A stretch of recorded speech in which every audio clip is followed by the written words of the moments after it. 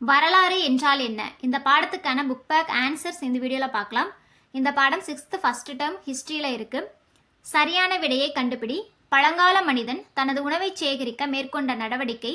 Answer option B, வேட்டையாடுதல். கூற்றையும் காரணத்தையும் பொறுத்துக.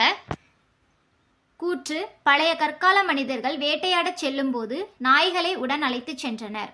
இது சரியானது. காரணம்: குகைகளில் பழைய கற்கால மனிதன் தங்கியிருந்த போது விலங்குகள் வருவதை நாய்கள் தமது மோப்ப சக்தியினால் அறிந்து அவனுக்கு உணர்த்தின. இந்த காரணமும் சரி. ஆன்சர் ஆப்ஷன் பி, கூற்று சரி. கூற்றுக்கான காரணமும் சரி. பண்டைய காலத்தில் வாழ்ந்த மனிதர்கள் பயன்படுத்திய பொருள்கள் அகழாய்வுகள் மூலமாக தோண்டி எடுக்கப்பட்டுள்ளன. அப்பொருள்கள் அக்கால மக்களின் வாழ்க்கை முறை பற்றி அறிந்து கொள்ள பாதுகாக்கப்படுகின்றன. இக்கூற்றுடன் தொடர்புடையது எது? ஆன்சர் ஆப்ஷன் ஏ, அருங்காட்சியகங்கள். தவறான இணையை கண்டுபிடி. ஆன்சர் ஆப்ஷன் டி, பூனைகள் முதலில் பழக்கப்படுத்தப்பட்ட விலங்குன்னு கொடுத்துருக்காங்க. இது தவறானது. முதலில் பழக்கப்படுத்தப்பட்ட விலங்கு நாய்.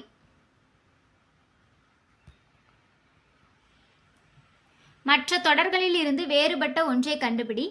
ஆன்சர் ஆப்ஷன் டி, பல வண்ணங்களில் ஓவியங்கள் வரையப்பட்டிருந்தன. இதுதான் வேறுபட்ட ஒன்று.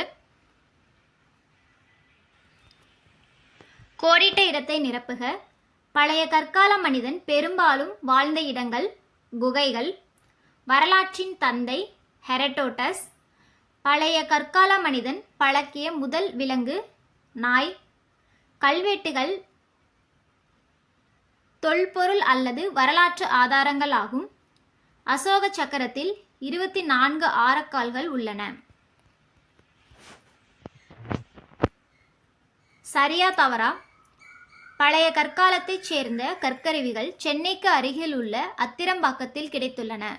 இது சரியான கூற்று. பழங்கால மனிதர்கள் பயன்படுத்திய பொருள்கள் தொல்லியல் துறையினரால் அருங்காட்சியகத்தில் பாதுகாக்கப்படுகின்றன. இதுவும் சரியானது. அசோகரது காலத்தில் புத்த சமயம் நாடு முழுவதும் பரவியது. இதுவும் கரெக்ட். நெக்ஸ்ட் ஒன் பொறுத்துக. பாறை ஓவியங்கள் வாழ்க்கை முறையை புரிந்து கொள்வதற்கு உதவுகிறது. எழுதப்பட்ட பதிவுகள், செப்பேடுகள். அசோகர் மிகவும் புகழ்பெற்ற அரசர். மதச்சார்புள்ள இலக்கியம், தேவாரம். அன்று மனிதர்கள் என் மீது கிறுக்கினார்கள். வண்ணமை கொண்டு ஓவியம் வரைந்தனர்.